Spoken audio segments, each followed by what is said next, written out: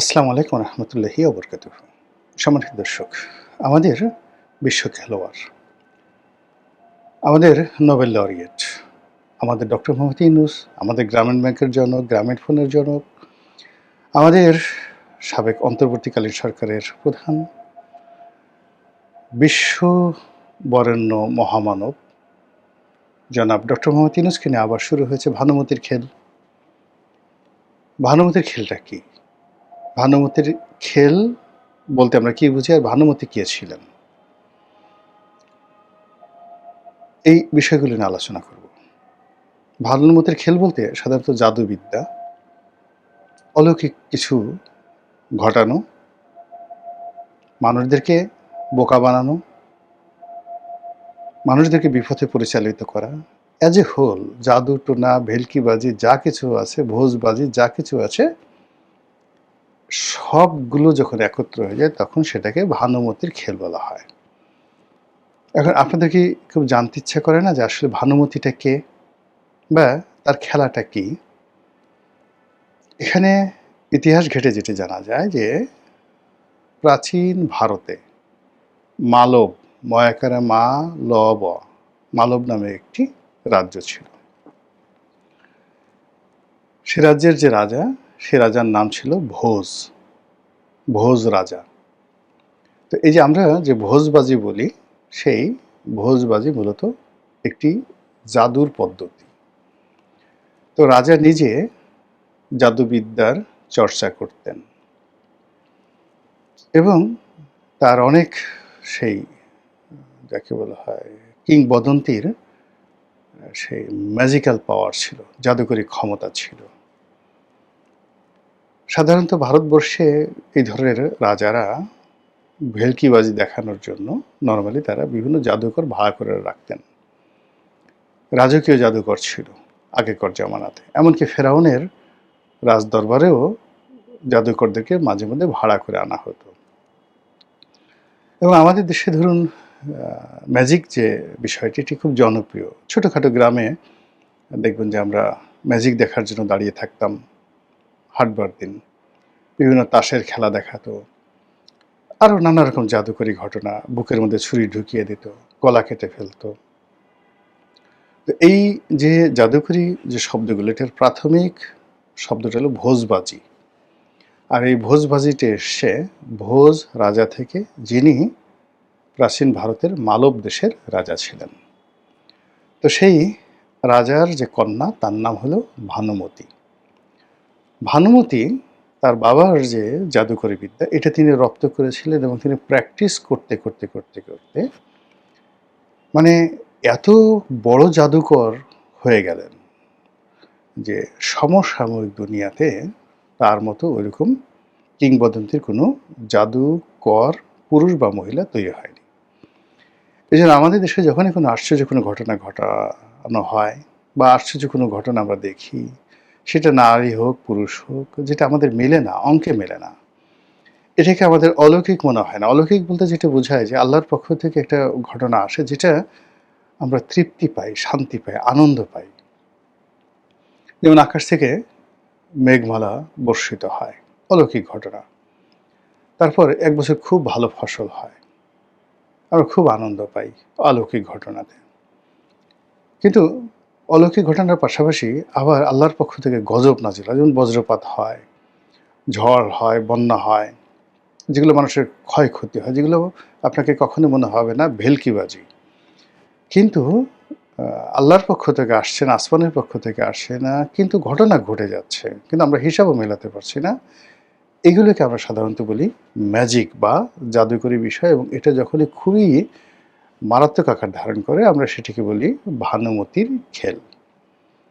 আমাদের বাংলাদেশে বিখ্যাত জাদুকর জুয়েল আচা আছেন, আপনারা সবাই তাকে চিনেন। ভারতে পিসি সরকার সিনিয়র, আমরা ছোটোকালে তার জাদুর কথা শুনেছি, তার জাদুর যে বই সেটা আমরা কম বেশি সবাই পড়েছি। তার ছেলে পিসি সরকার জুনিয়র, তারও কিংবদন্তির জাদুর কাহিনী আমরা জানি। ইউরোপে অনেক বিখ্যাত বিখ্যাত জাদুকর আছে। এই মুহূর্তে সারা দুনিয়ার ১ নম্বর জাদুকর হলেন ডেভিড কপারফিল্ড। David Copperfield. আপনারা যারা দেখেছেন তারা বুঝতে পারবেন যে মানে জাদুকর কাকে বলে। ডেভিড কপারফিল্ডের জাদু না দেখলে আপনি বুঝতেই পারবেন না যে জাদু কাকে বলে। কিন্তু এই যে জুয়েল আইস, ডেভিড কপারফিল্ড কিংবা পিসি সরকার, তারা কেউই ভানুমতির মতো এরকম কিংবদন্তি হতে পারেনি, বা হাজার হাজার বছর ধরে ভানুমতি ছাড়া অন্য কোনো জাদুকর বা জাদুকরের নাম পৃথিবীতে অমরত্ব লাভ করতে পারেনি। তো এই যে ভানুমতির যে খেল, যে খেলটি আমরা ম্যাজিক হিসেবে ধরবো, বা এটা যেটা ট্রিক্স, মনুষ্য সৃষ্ট একটা ট্রিক্স, এটি আমরা বুঝতে পারছি না। বুঝতে না পারার কারণেই যখন আমাদের এই সমাজে কোনো ঘটনা ঘটে, সেটাকে আমরা ভানুমতির খেল বলি। যেমন ধরুন, ডক্টর মোহাম্মদ ইউনূস কীভাবে হঠাৎ করে প্রধান উপদেষ্টা হয়ে গেলেন, এটা ভানুমতির খেল ছিল। আমরা এখনো পর্যন্ত বিশ্বাসও করতে পারছি না, বলতেও পারছি না, ব্যাখ্যাও করতে পারছি না। তারা মানে নাহিদ সার্জিস, তারপরে হাসনাত আবদুল্লাহ, তারপর সেনাপ্রধান, মানে ক্যান্টনমেন্টে বৈঠকে বসে, বা কি এক বিশ্ববিদ্যালয়ের অধ্যাপক তার বাসায় বসে, কিংবা বিভিন্ন লোক পরামর্শ করে কীভাবে যে ডক্টর ইউনূসকে তারা মনোনয়ন দিলেন, কিভাবে তিনি এলেন, কিভাবে তিনি ক্ষমতায় বসলেন, মানে এটা আমাদের কাছে মনে হচ্ছে এ যুগের একটা ভানুমতির খেল। আমরা এটা বুঝতে পারছি না। এরপর আবার কি করে সেই সরকার শপথ নিল, কি করে সেই উপদেষ্টা মণ্ডলীরা সেখানে অন্তর্ভুক্ত হলেন, কার কি যোগ্যতা বলে সেখানে উপদেষ্টা হলেন, তারপর আবার ডক্টর মোহাম্মদ ইউনূসের উপদেষ্টা হলেন, ব্যক্তিগত সহকারী হলেন। এই জিনিসগুলো আমাদের কাছে একটা ভানুমতির খেলের মতো মনে হলো। তো খেলতে খেলতে উনি এতটা পরিপক্কতা অর্জন করে ফেলেছিলেন যে দেশ রসাতলে যাচ্ছিল, আইনশৃঙ্খলা রসাতলে যাচ্ছিল, একটার পর একটা বিপর্যয় ঘটে যাচ্ছিল। কিন্তু আমরা ভানুমতির খেল সম্পর্কে আমাদের যে আগ্রহ, আমাদের যে উদ্দীপনা, এবং আমাদের যে বিস্ময়কর যাকে বলা হয় অপেক্ষা, দেখি আর কি হয়, দেখি আর কি করতে পারে, এই জিনিসগুলো শেষ হচ্ছিল না। আমরা ধরে নিয়েছিলাম যে উনি আর যাবেনই না, উনি সারা জীবন থাকবেন, 5 বছর থাকবেন, 50 বছর থাকবেন, ওনার মরা ছাড়া ওনার আর কোনো গতি নাই। আমরা তখন তাকে নিয়ে ওয়াজ তৈরি করলাম, অনেকে গান বানালো, অনেকে বলার চেষ্টা করলো যে স্বয়ং আল্লাহ এই লোকটাকে বাংলাদেশে পাঠিয়েছে। এই ধরনের কথাবার্তা যখন খুব চলছিল বাংলাদেশে, ভীষণভাবে চলছিল, ঠিক সেই সময় আবার শুরু হলো ভানুমতির খেল। অল অন এ সাডেন দেখলাম যে তিনি লন্ডন চলে গেলেন। ভানুমতির খেলের মধ্যে তিনি তারেক রহমান সাহেবের কাছে অনেকটা আত্মসমর্পণ করলেন, এবং তিনি লন্ডন গিয়ে প্রচুর অপমান হয়েছেন। তাকে যে গালাগাল করেছে আওয়ামী লীগের লোকজন, যেভাবে ম্যাটিকুলাসলি তার হোটেলের সামনে তার লোকজনকে ধাওয়া দিছে। আরেকটু হলে তো ওই যে তার এক লোক নতুন বোধহয় লন্ডনে গিয়ে নতুন জুতা কিনেছে, নতুন কোট পরেছে, চোরের মতো যাচ্ছিল আর বারবার তাকাচ্ছিল। হঠাৎ করে পিছন থেকে কেউ যেন বলে উঠছে, ধর ধর ধর। অমনি ভয়ে আরেকটু স্লিপ খেয়ে সেই লোকটা পড়ে যাচ্ছিল, মাথা ফেটে যেত আরেকটু হলে। তো এরকম ঘটনা। এরপরে কি একটা গাড়িতে ইউনূসের বিরুদ্ধে একটা সেই ডিজিটাল ব্যানার তৈরি করে টেলিভিশনের মাধ্যমে সেই তার হোটেলের সামনে বারবার শুধু সেটা একটা জীবন্ত টিভি হিসেবে সেটা চালাচ্ছিল। এরকম মাঝে মাঝে কাজ করার পরে ওনার মানে উনি সেই লন্ডনে গেছেন, ওনার যারা লোকজন আছেন তারা নানাভাবে প্রচার করেছেন তিনি ব্রিটেনের রাজপরিবারের সদস্য হিসেবে গেছেন। ব্রিটেনের প্রধানমন্ত্রী কিয়ার স্টারমার তৎকালীন তার সাথে দেখা করবেন, মানে এরকম যে নোবেল পুরস্কারের চেয়ে বড় একটা পুরস্কার তিনি পেয়ে যাচ্ছেন। এগুলো দেখে থেকে পরে দেখা গেল যে আসলে তিনি মূলত তারেক রহমান সাহেবের সঙ্গে দেখা করতে গেছেন, এবং তিনি যে রুমে ছিলেন প্রতিদিন নাকি সেই রুমের ভাড়া ছিল 40 লাখ টাকা। কল্পনা করা যায়? 40 লাখ টাকার একটা রুম, সেই রুমে থেকে তিনি তারেক রহমান সাহেবের সঙ্গে দেখা করলেন। সেখানে খলিলুর রহমানের সাহেবের সাথে তারেক রহমান সাহেবের সঙ্গে ডক্টর মোহাম্মদ ইউনূসের সঙ্গে যে কী হলো আমরা এখনও জানি না। এই জন্য মনে হচ্ছে এটা একটা ভানুমতির খেল। এরপরে সেই খেলের পরবর্তী যে পর্ব, নির্বাচন হলো, বিএনপি ক্ষমতায় এলো, রাতারাতি একটা বিরাট ঢাউস টাইপের উপদেষ্টা মণ্ডলী হলো, ঢাউস টাইপের ক্যাবিনেট গঠিত হলো। তারপরে বিরোধী দল হলো, বিরোধী দলের নেতার বাসায় প্রধানমন্ত্রী গেলেন, এক্সপেক্টেড প্রধানমন্ত্রী, তখনও হননি তিনি। তারপর নাহিদের বাসায় গেল বিপ্লবের নেতা। সব কিছু আপনি যদি মিলানোর চেষ্টা করেন, কোনো ডট না, এগুলো সবই ভানুমতির খেলের মতো এখন মনে হচ্ছে। এরপরে আবার শুরু হলো বঙ্গভবনকে নিয়ে ভানুমতির খেল।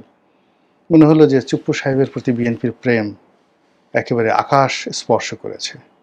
রাতারাতি চুপ্পু সাহেব বাংলাদেশে হিরো হয়ে গেলেন। সব মানুষ আমরা চুপ্পুর প্রেমে পড়ে গেলাম। চুপ্পুর কোনো অপরাধ থাকতে পারে, কোনো চাঁদের কলঙ্ক থাকতে পারে, কিন্তু শাহাবুদ্দিন চুপ্পুর কোনো কলঙ্ক থাকতে পারে না। এর কারণ হলো মাননীয় প্রধানমন্ত্রী জনাব তারেক রহমান সাহেব, আলহাজ তারেক রহমান সাহেব, তিনি চুপ্পু সাহেবকে নিয়ে ঈদের মাঠে গেছেন, তার সঙ্গে কুলাকুলি করেছেন, পাশাপাশি চেয়ারে বসেছেন। রাষ্ট্রপতি হিসেবে তাকে পাবনা যাওয়ার সুযোগ দিয়েছেন, গ্রামের বাড়িতে, বিদেশে লন্ডনে যাওয়ার সুযোগ দিয়েছেন, চিকিৎসা করার সুযোগ দিয়েছেন। এরপর আমরা ধরে নিলাম যে এই চুপ্পু সাহেব আজীবন ক্ষমতায় থাকবে। এরপরে পালনে ছাড়েন, শুরু হলো ভানুমতির খেল। আমরা শুনতে পেলাম চুপ্পু সাহেব লন্ডনে গিয়ে শেখ হাসিনার সাথে কথা বলেছেন। চুপ্পু সাহেব বললেন যে, আরে এটা পাগলে বিশ্বাস করে নাকি, আমি তো বাংলাদেশে বসে তার সাথে কথা বলতে পারি, আমার লন্ডনে গিয়ে তার সাথে কথা বলতে হবে কেন? পরবর্তীতে আবার সরকারের পক্ষ থেকে বলা হলো যে চুপ্পু সাহেব যে শেখ হাসিনার সাথে কথা বলছে এই ধরনের কোনো তথ্য প্রমাণ সরকারের কাছে নেই। কিন্তু মধ্য থেকে যেটা হলো, চুপ্পু সাহেবের চাকরিটা চলে গেল, তিনি বাসায় চলে গেলেন, এখন চুপচাপ আছেন, একেবারে চুপচাপ আছেন। এখন আমরা মিলাতে পারছি না, মনে হচ্ছে এই যে চুপ্পু সাহেবের যে উত্থান, কেন তাকে এত সম্মান দেওয়া হলো, কেন তাকে সেদিন তাকে প্রথম দিনই তাকে তাড়িয়ে দেওয়া যেত, তা না করে তাকে এতদিন কেন জামায়াত ধরে রাখা হলো, আবার তাকে একবার উপরে উঠিয়ে চাঁদের দেশে উঠিয়ে আবার চাঁদ থেকে তাকে টেনে হেসড়ে নামানো হলো। এসবই ভানুমতির খেল। এখন নতুন রাষ্ট্রপতি হবে, নতুন রাষ্ট্রপতি হওয়ার আগে এখানে ভারপ্রাপ্ত রাষ্ট্রপতির রূপে জনাব হাফিজউদ্দিন সাহেব তাকে রাখা হয়েছে, স্পিকার, মাননীয় স্পিকার। এখন তাকে নিয়োগ দেওয়া হবে না গয়েশ্বর বাবুকে নিয়োগ দেওয়া হবে, নাকি মির্জা ফখরুল ইসলাম আলমগীর, ডক্টর মঈন খান, নজরুল ইসলাম খান, এরকম বিএনপির সিনিয়র যারা নেতৃবৃন্দ সহ তারেক রহমান সাহেবের যে স্ত্রী জুবাইদুর রহমান, এগুলো নিয়ে আলাপ আলোচনা চলছে। একদিকে আলাপ আলোচনা চলছে, মিটিং হলো, এগুলো বিষয়ে আলাপ আলোচনা করে সবাই বলল যে হুজুর আমরা তো কিছুই বুঝি না, সব আপনি বুঝেন এবং আপনি যা সিদ্ধান্ত নেবেন সেটাই, আপনি যারাই রাষ্ট্রপতি বানাবেন আমরা কায়েমুল বাক্যে সবাই বলবো সুবহানাল্লাহ। এই রাষ্ট্রপতি নির্বাচনের ক্ষমতা প্রধানমন্ত্রীকে দিয়ে দেওয়া হলো। যা অতীতে শেখ হাসিনার ক্ষেত্রে করা হয়েছে, যা অতীতে বেগম জিয়ার ক্ষেত্রে করা হয়েছে, তারেক জিয়াও তা সেই একই ঘটনা। এখানে অবশ্য ভানুমতির খেল হয়নি, এখানে সব কিছু হচ্ছে। সমস্যা হয়ে গেছে যে এরই মধ্যে আবার ডক্টর ইউনূসকে নিয়ে কথা হচ্ছে, আবার সেই শেখ হাসিনার জমানাতে যেভাবে আমরা ডক্টর মোহাম্মদ ইউনূসকে নিয়ে একটা ন্যারেটিভ তৈরি করতাম, উনি খুব ভালো মানুষ, তার বিশাল আন্তর্জাতিক কানেকশন আছে, তার কথায় ইউরোপ আমেরিকা ঘুরে এবং সে যদি রাষ্ট্রীয় ক্ষমতা আসে বস্তা ভরে ভরে টাকা বাংলাদেশে আসবে, এবং তিনি নিজেও ক্ষমতায় এসে প্রথম ওই ধরনের কথাবার্তা বলেছেন যে এখন আমরা কোনো দেশে যাব না, সবাই আমাদের কাছে আসবে, আমরা চাকরি চাইবো না, চাকরি আমরা দেবো, আমরা ব্যবসার সৃষ্টি করব, এবং মানে 3-0 থিওরি তিনি বাংলাদেশে অক্ষরে অক্ষরে পালন করে ছাড়বেন। কিন্তু পরবর্তী দেখা গেল যে 3টে ঘোড়ার ডিম তিনি প্রসব করেছেন। আমরা আসলে তার জমানাতে এভাবে কোনো কিছু খুঁজে পাইনি। পুরো তার যে জমানাটা, এ থেকে আমাদের কাছে মনে হয়েছে একটা ভানুমতির খেল। তো সেই ভানুমতির খেল শেষ হলো, এরপর আরও অনেকগুলো ভানুমতির খেল চললো, চলার পরে এখনও চলছে। আবার এরই মধ্যে ডক্টর ইউনূসকে নিয়ে সেই যে আওয়ামী লীগ জমানার ভানুমতি খেল সেটা শুরু হয়েছে। অর্থাৎ যে সমস্ত ইউনূস প্রেমী লোকজন আওয়ামী লীগ জমানাতে তার পক্ষে খুব কথাবার্তা বলতেন, আজ হোয়াইট হাউস থেকেই মাত্র টেলিফোন এলো, আজ এই যে বাদশাহ সালমান কিছুক্ষণ আগে তার সাথে কথা বললো, নরেন্দ্র মোদী ওরে বাবা রে বাবা, সে বিশাল সেই পুরস্কার পাঠিয়েছেন আমাদের স্যারের জন্য। তারপর তার অমুকে তার বন্ধু, অমুকে তার বান্ধবী, হিলারি ক্লিন্টন তার বান্ধবী, তার কথা মতো এটা হয় এটা হয়, এই নানা রকম ভানুমতির খেল তৈরি করে ডক্টর মোহাম্মদ ইউনূসকে আমরা একেবারে আকাশের ধ্রুবতারা যেভাবে বাড়িয়ে ফেলেছিলাম, সেই যাকে বলে উনি যেদিন নোবেল পুরস্কার পেলেন সেই দিন থেকে একেবারে শেখ হাসিনার পতনের দিন পর্যন্ত তাকে যারা স্পর্শ করার চেষ্টা করছে, টোকা দেওয়ার চেষ্টা করছে, টিপে দেওয়ার চেষ্টা করছে, আমরা সবাই হই হই রই রই করে তাদের বিরুদ্ধে লেগেছি। ঠিক সেই রকম একটা প্রক্রিয়া আবার এই যে চুপ্পু সাহেবের চলে যাওয়ার পরে শুরু হয়েছে। এখন সবাই মানে তার যারা লোকজন, সবাই বলতে তার যারা লোকজন, সবাই বলার চেষ্টা করছেন যে ডক্টর ইউনূসকেই রাষ্ট্রপতি বানানো উচিত, তাকে ক্ষমতায় বসানো উচিত। তাকে ক্ষমতায় বসালে এখন তারেক রহমান সাহেবের হাত শক্তিশালী হবে।